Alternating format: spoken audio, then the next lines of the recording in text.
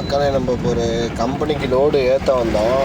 பார்த்தீங்கன்னா காலிலேருந்து இதோட ரெண்டாவது பிரச்சனை என்னென்னு பார்த்தீங்கன்னா, நான் கரெக்டாக ரன்னிங்கில் வந்துட்டு இருக்கும்போது ஒரு பஸ்ஸுக்காரண்ணே, கவர்மெண்ட் பஸ்ஸுக்காரங்கண்ணே, அவர் ரைட்டில் ஏறி நம்ம வண்டி இடிச்சிட்டாப்புல. இடித்த உடனே நான் தான் தப்புங்கிற மாதிரி சொன்னார். நான் கரெக்டாக என்னென்ன இங்கே பாருங்கள், நீங்கள் தப்பா நான் தப்பான்னு பாருங்கண்ணா. அப்புறம் அவர் நீங்கள் விவரமாக தான் பேசுகிறீங்க அப்படி இப்படின்னாரு.